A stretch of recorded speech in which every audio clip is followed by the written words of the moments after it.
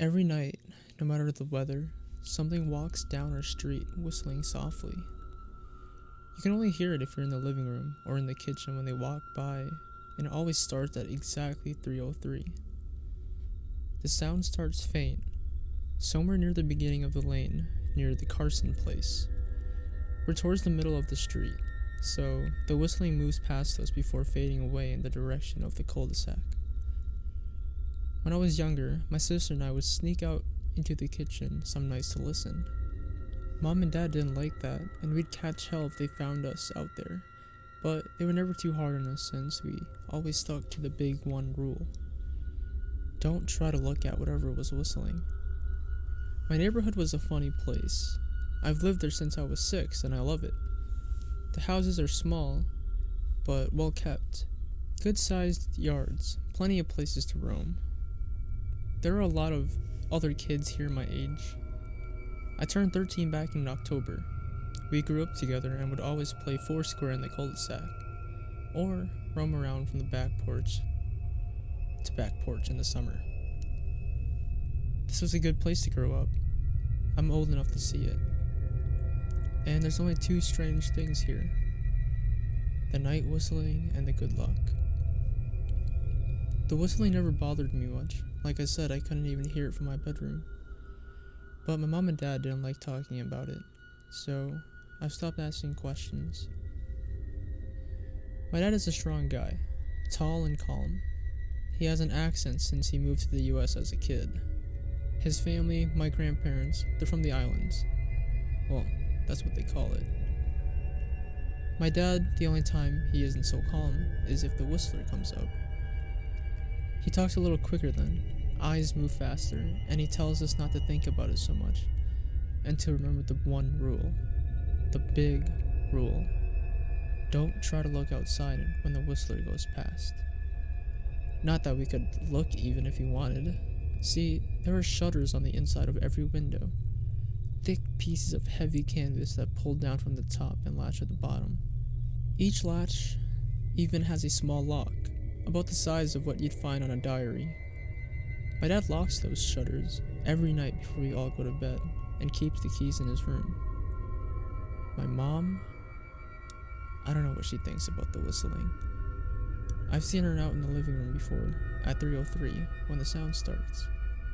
I could see her if I cracked my door open, just an inch to peek. She's not out there often, at least I haven't caught her much, but once or twice a month I think she sits out there on her big red couch, just listening. The whistler has the same tune every night. It's cheerful. Remember how I said there are two odd things about where I live? Well, besides our night whistler, everyone in my neighborhood is really lucky. It's hard to explain, and Dad doesn't like us talking about this part much. But good things just seem to happen to people around here a lot. Usually it's small things, winning a radio contest, or getting unexpected promotion at work, or finding some arrowheads buried in the yard, the authentic kind. The weather's pretty good, and there's no crime. And everybody's garden bloom extra bright in the fall. A million little blessings, I've heard my mom say about living here. But the main reason we stay here, why we moved here in the first place, is my sister Nola. She was born very sick. Something with her lungs. We couldn't even bring her home when she was born, only visit her in the hospital. She was so small. I remember, small even compared to the other babies. A machine had to breathe for her. We moved into our house here, but to be closer to the hospital. As soon as we moved here, Nola started getting better. The doctors couldn't figure it out. They chalked it up to whatever they were doing, but we all could tell they were confused. But my parents knew. Even I knew. Nola getting better was just another of the million little blessings we got for living in our neighborhood. So that's why we stayed, even after we found out that for every small miracle that happens here, every day, now and then, something bad happens. But they only happen if you look for the whistler. See, our neighborhood has a welcoming committee. They show up with macaroni casserole and a gift basket, and maybe a manila folder whenever someone new comes in. They're very friendly. 4 people showed up when we moved in 7 years ago. The committee made small talk, gave me a Snickers, and took turns holding Nola. It was her first week out of the hospital, so they were extra careful. Then the committee asked to speak to my parents in private, so I was sent to my room, where I still managed to hear every word.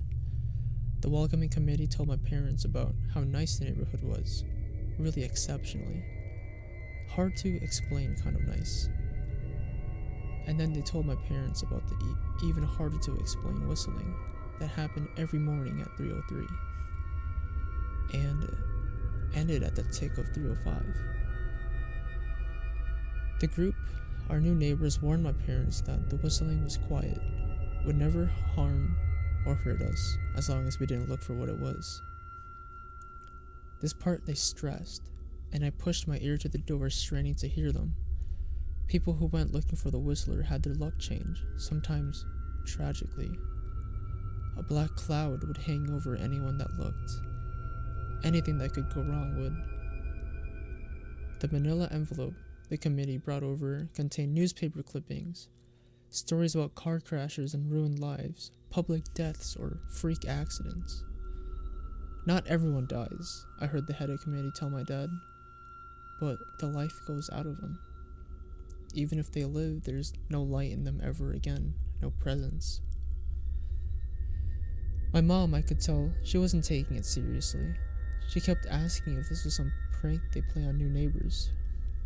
At one point, my mom got angry, accused the committee of trying to scare us out of our new home, asked them if they were racist on account of my dad being from the islands. My dad calmed her down, told her he could tell our new neighbors were sincere, and that they were just trying to help us. He explained that he grew up hearing these kind of sounds from his mom, and that he knew there were strange things that walked among us. Some of those strange things were good, some were bad, but most were just different.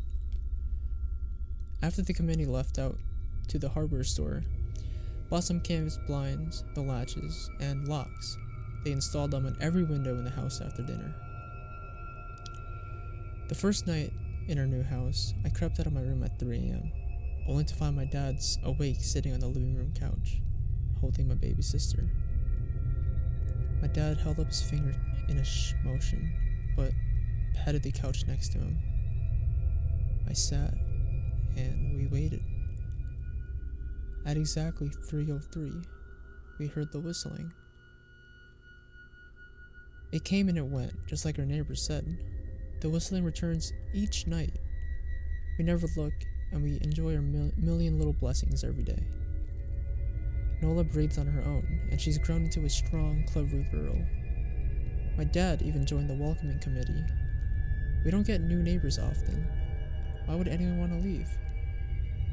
But when a new family moves in, my dad and the committee brings them macaroni casserole, a gift basket, and the manila folder. I can always tell by the look on my dad's face when he comes back if the family took the committee seriously, or if we'd be getting new neighbors very soon. Not long ago, a family moved in directly next to us. The previous owner, Miss Maddie, passed away at age 105. She lived a good, long life. Our new neighbors seemed like they'd fit in just fine. They believed in the welcoming committee, took my dad's advice about locking shutters since they had a young child of their own. Whatever newspaper clippings were in that manila envelope, whatever evidence, my dad never let us see. But I imagine it must have been awfully convincing since our neighbors got along with no issues for the first month. One night, when our new neighbors had to leave town, they sent their son, Holden, to stay with us. He was 12, a year under me in school. I didn't know him well before that night, but as soon as his parents dropped him off after dinner, I could tell it was going to be a bad time. "Do you know who is out there whistling every night?" Holden asked the moment the adults left the room.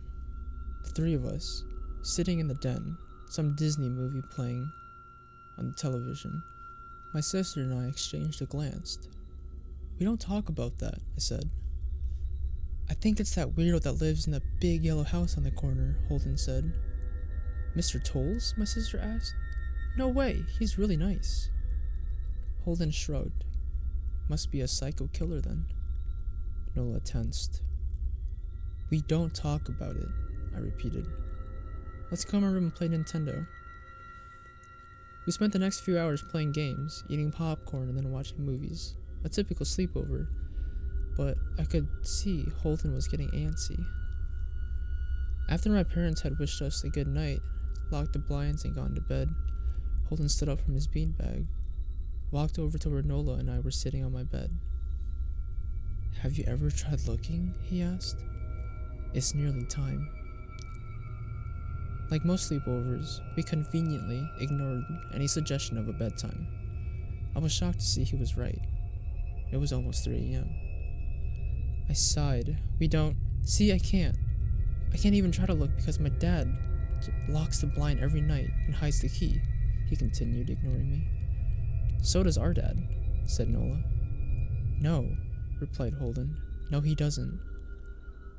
"You saw him do it," I said, a little sharper than I meant to sound.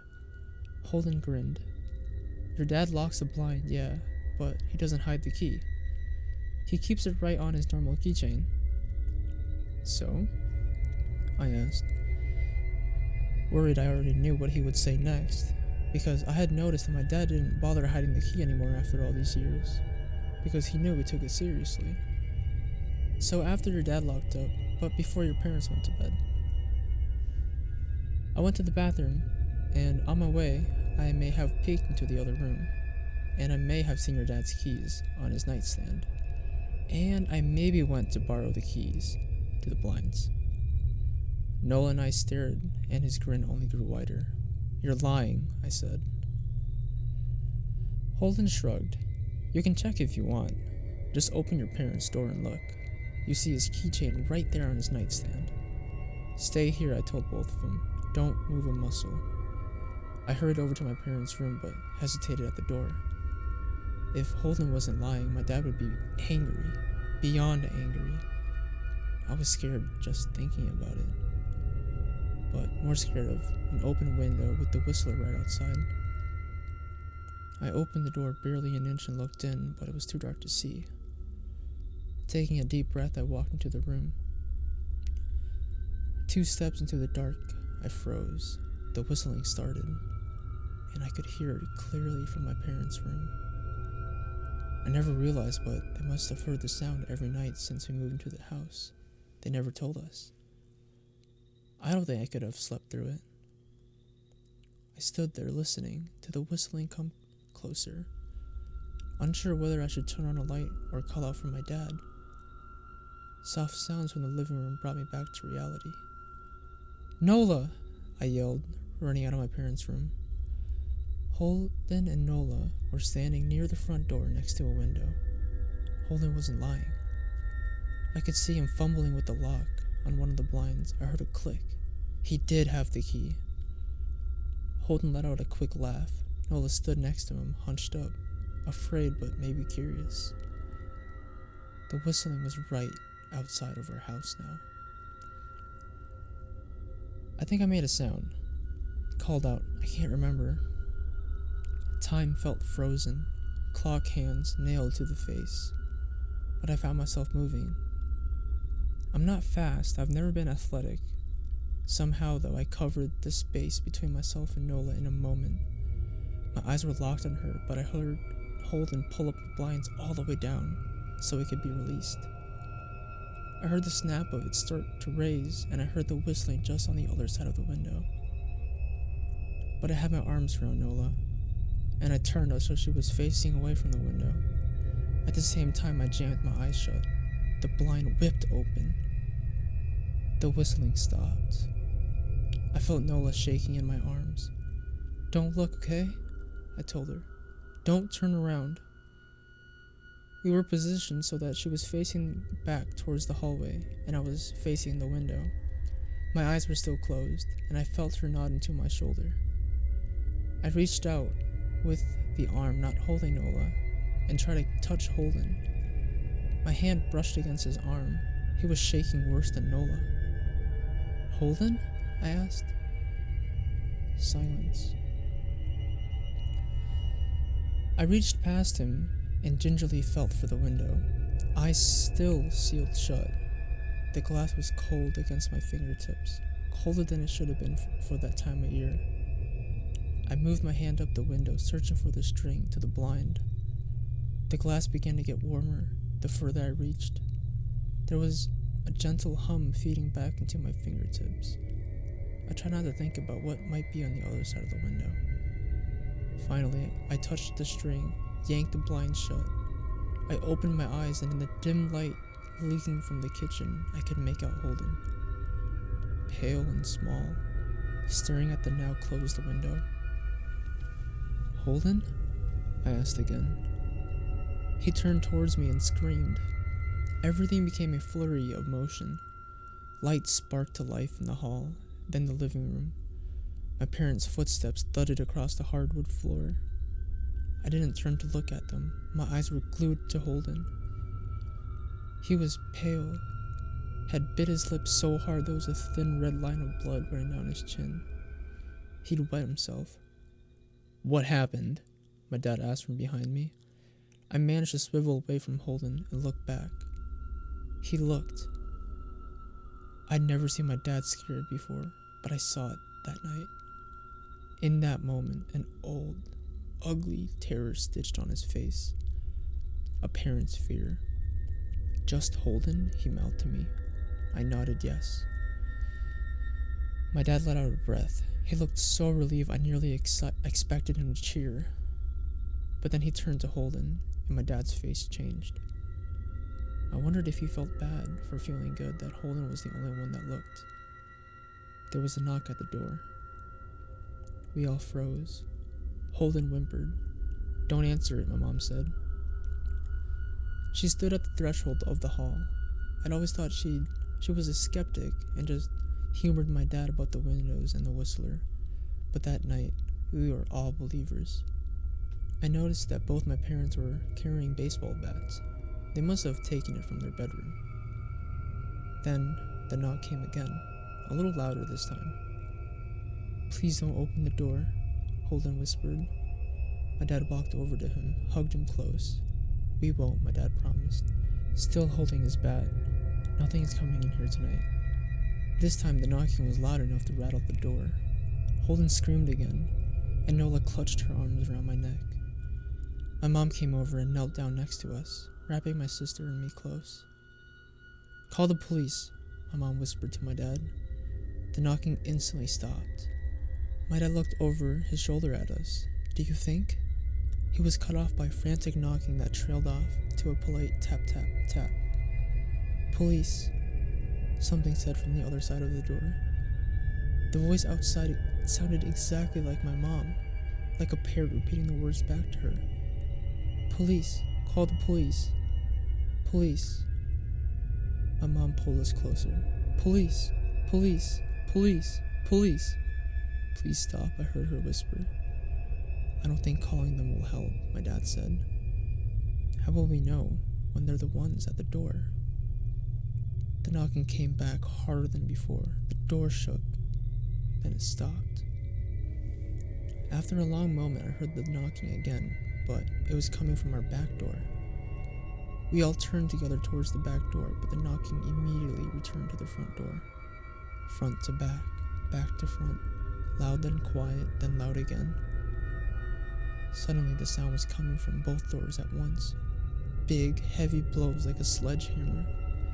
Then something started rapping against all of the windows in the house. Then the walls. It was like we were living inside of a drum with a dozen people trying to play at once. Or we were a turtle and something was attempting to claw us out of our shell. "Stop!" Holden yelled. The knocking died. "I won't tell," Holden said, staring at the door. "I promise I won't tell anyone what I just saw. Just please go away." We waited for nearly a minute, then we heard it. A soft tap, tap, tap coming from the window. Holden started to cry, sobbing like a prisoner watching gallows being built outside their cell. My dad held him, brushed his hair, but never lied to him. Never told him things would be okay. The tapping at the window went on for the rest of the night. We huddled together in the living room for I don't know how long. Eventually, my mom tried to take us kids into my room while my dad stayed to watch the door. But the second we moved into my bedroom, the knocking came back. So loud it was impossible to ignore.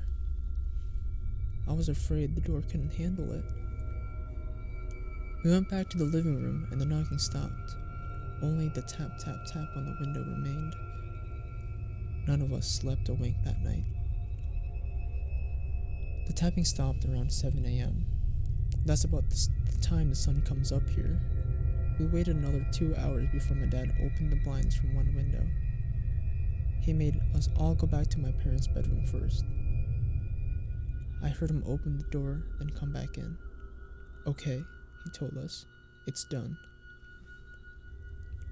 Holden's parents came back around lunchtime. My mom and dad walked Holden over to his house, and they all went inside for quite a while. Nola and I watched from the window. She stuck to me the whole day, right by my side, sometimes holding my hand. When my parents came back, they looked grim but wouldn't tell us what they had said to Holden's family. It was a Sunday, so we all spent the day together, ordered pizza, and watched movies. That night, everyone slept in my room. Nola and my mom in the bed with me, and my dad in a chair he'd pulled over. There was no knocking that night, or any night since. We didn't see much of Holden or his parents for the rest of the week, but by Thursday, there was a moving truck in their driveway. Nola and I watched them packing up the whole afternoon after school. What sticks with me the most is how tired Holden and his parents looked. All three had the same pallid, grim mouths and lightless eyes. Even from across the street, I could tell something was very wrong. Holden and his family were gone, even before sunset. I remember what the original welcoming committee said to my parents when we moved in. Not everyone who looks at the Whistler dies, but even those that live have the light go out of them, and the rest of their lives are full of misfortune. A million little tragedies.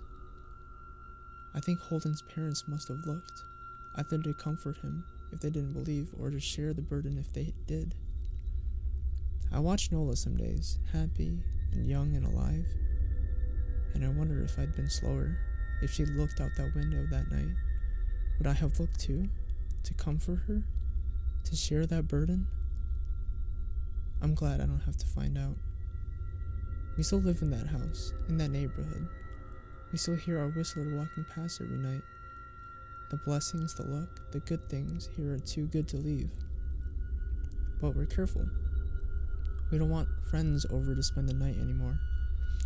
And my dad hides the keys to the blinds very, very well. Not that I've gone looking. Some things you just don't need to look for.